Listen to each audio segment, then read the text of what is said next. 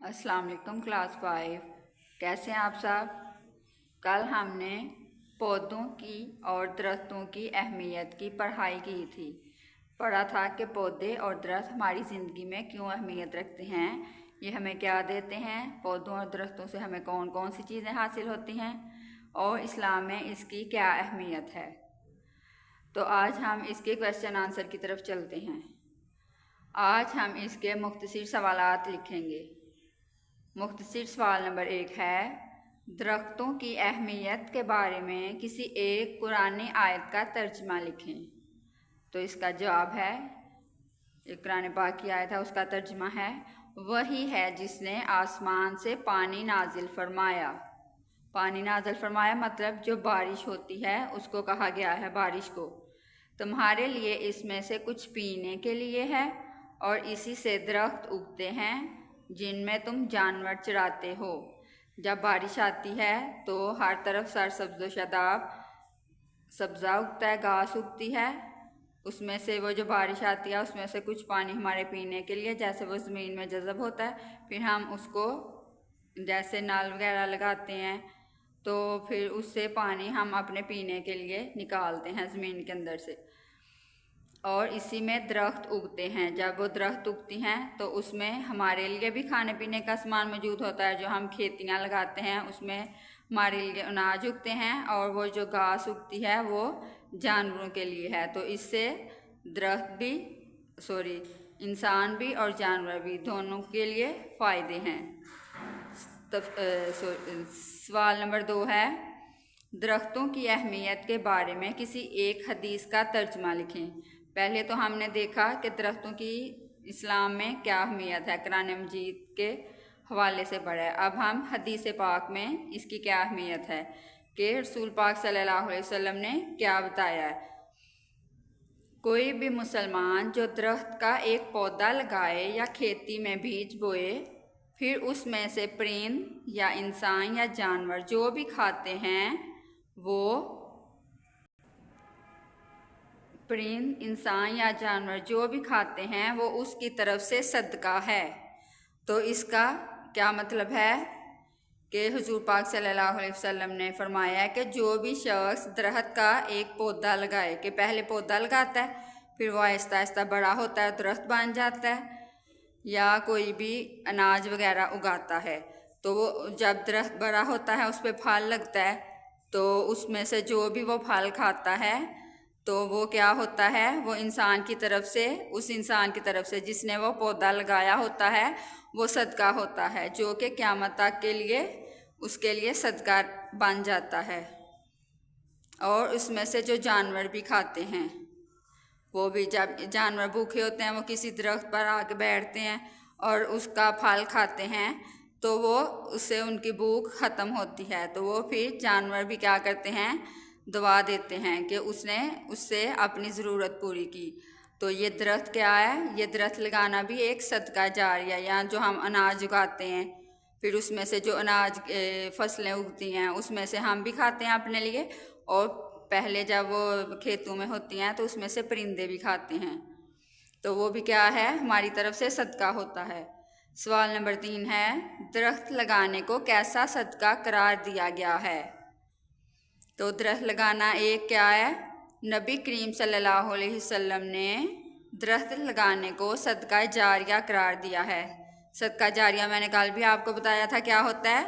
सदका जारिया वो होता है कि अगर हम कोई एक चीज़ किसी को देते हैं, कोई नेकी करते हैं, तो वो क़यामत तक के लिए हमारे लिए सदका बन जाती है। तो उसमें से जो पहला है वो क्या है, दरख्त लगाना सबसे बड़ा सदका जारिया है, क्योंकि दरख्त जब तक उगा रहता है, बड़ा होता है, उस पर फल वगैरह लगता रहता है, लोग उसमें से खाते रहते हैं और जानवर भी खाते हैं उसमें से फल, तो वो क्या है, वो सदका जारिया है। जब तक वो दरख्त लगा रहेगा तब तक और फल देता रहेगा तब तक वो हमारे लिए सदका जारिया है।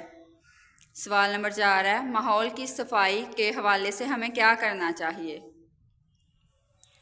हमें चाहिए कि हम अपने माहौल की सफाई के लिए ज़्यादा से ज़्यादा दरख्त लगाएं, अपने माहौल को हर तरह की गंदगी से बचाएं, इसकी सफाई का ख़ास ख्याल रखें, اس طرح ہمارا ماحول بھی صاف ہوگا اور ہم سب بھی تندرست رہیں گے، کیونکہ جب ہم درخت لگائیں گے ہمیں اپنے چاروں طرف سرسبز پودے درخت نظر آئیں گے تو ہمارا دل بھی خوش ہوگا، اس طرح ہماری طبیعت بھی صحیح رہے گی اور ہم خوش رہیں گے اور اس سے ماحول بھی صاف ہوگا۔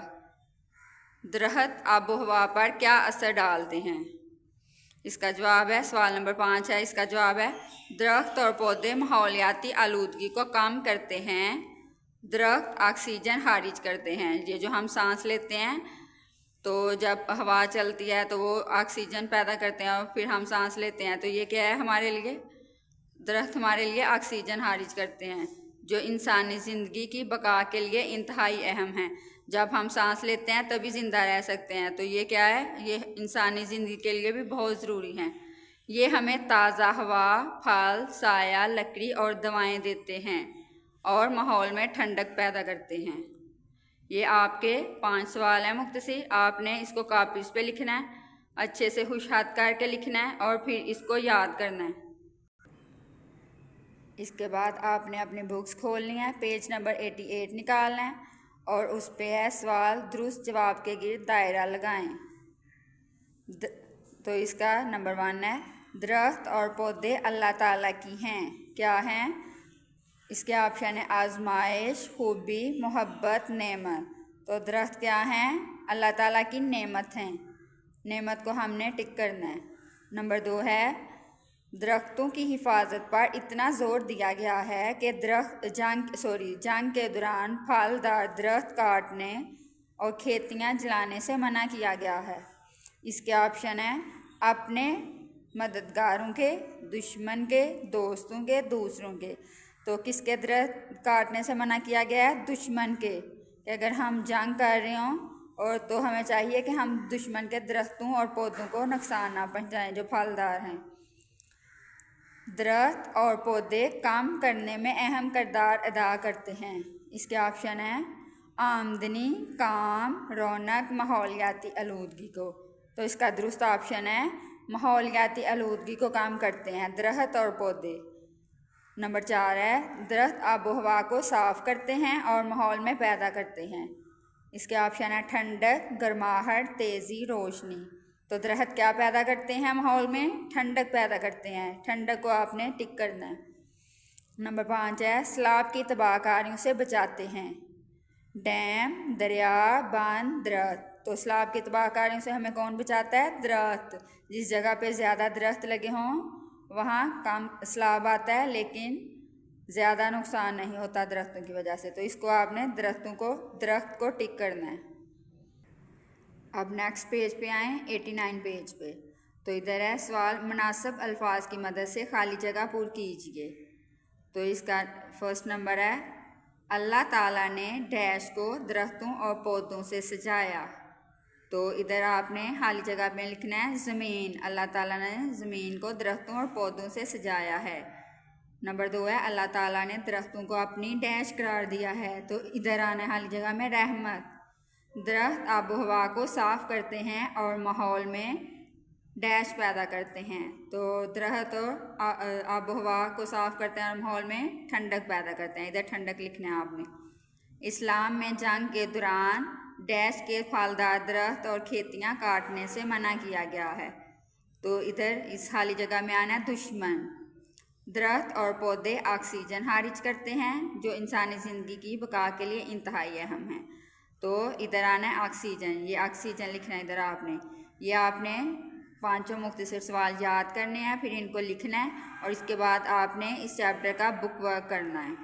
اوکے، اللہ حافظ۔